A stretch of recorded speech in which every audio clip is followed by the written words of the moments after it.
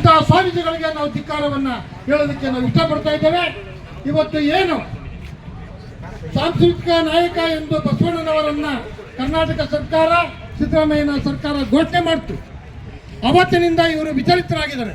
ಇವತ್ತು ಕರ್ನಾಟಕ ಸರ್ಕಾರ ಇವತ್ತು ಏನು ಕಿಡಿಗೇಡಿಗಳ ಕೆಲಸಗಳನ್ನ ಕುತಂತ್ರ ಷಡ್ಯಂತ್ರ ಮಾಡ್ತಾ ಇದ್ದಾರೆ, ಅಂಥವರಿಗೆ ಕಾನೂನಿನ ರೀತಿ ಅವರಿಗೆ ಬುದ್ಧಿ ಕಲಿಸುವಂತ ವ್ಯವಸ್ಥೆಯನ್ನ ಮಾಡಬೇಕಾಗಿದೆ. ವಚನ ದರ್ಶನ ಎಂಬ ಪುಸ್ತಕವನ್ನ ಮುಟ್ಟುಗೋಲು ಹಾಕಬೇಕಾಗಿದೆ. ಮುಂದೆ ಬಸವಣ್ಣನವರು ಮತ್ತು ಬಸವಾದಿ ಶರಣರ ವಿಚಾರಗಳನ್ನು, ವಚನ ಸಾಹಿತ್ಯವನ್ನ ಸರಳ ರೀತಿಯಲ್ಲಿ ತುಂಬಾ ಕಡಿಮೆ ದರದಲ್ಲಿ ಎಲ್ಲರಿಗೂ ತಲುಪಿಸುವಂತ ಕೆಲಸಗಳನ್ನ ಸರ್ಕಾರ ಅದನ್ನು ಮಾಡಬೇಕಾಗಿದೆ. ಇಂಥ ವಚನ ದರ್ಶನ ಪುಸ್ತಕಗಳನ್ನ ಎಲ್ಲಿ ಸಿಗ್ತದೆ ಅವೆಲ್ಲ ಸುಟ್ಟಾಕುವಂತ ಕೆಲಸಗಳನ್ನ ಮಾಡಬೇಕು.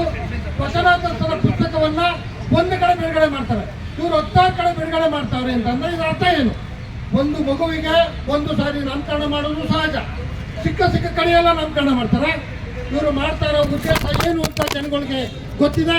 ಇಂಥ ಪುಸ್ತಕವನ್ನು ಮುಟ್ಕೊಂಡು ಹಾಕಬೇಕು, ಇಂಥವ್ರಿಗೆ ಬುದ್ಧಿ ಕಲಿಸಬೇಕು ಅಂತ ಹೇಳಿ ನಾವು ಈ ವೇದಿಕೆ ಮುಖಾಂತರ ಸರ್ಕಾರಕ್ಕೆ ನಾವು ಆಗ್ರಹವನ್ನು ಮಾಡ್ತಾ ಇದ್ದೇವೆ. ಎಲ್ಲರಿಗೂ ಶರಣಾರ್ಥಿಗಳು.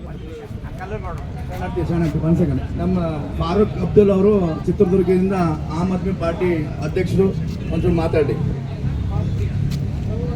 ಎಲ್ರಿಗೂ ನಮಸ್ಕಾರ.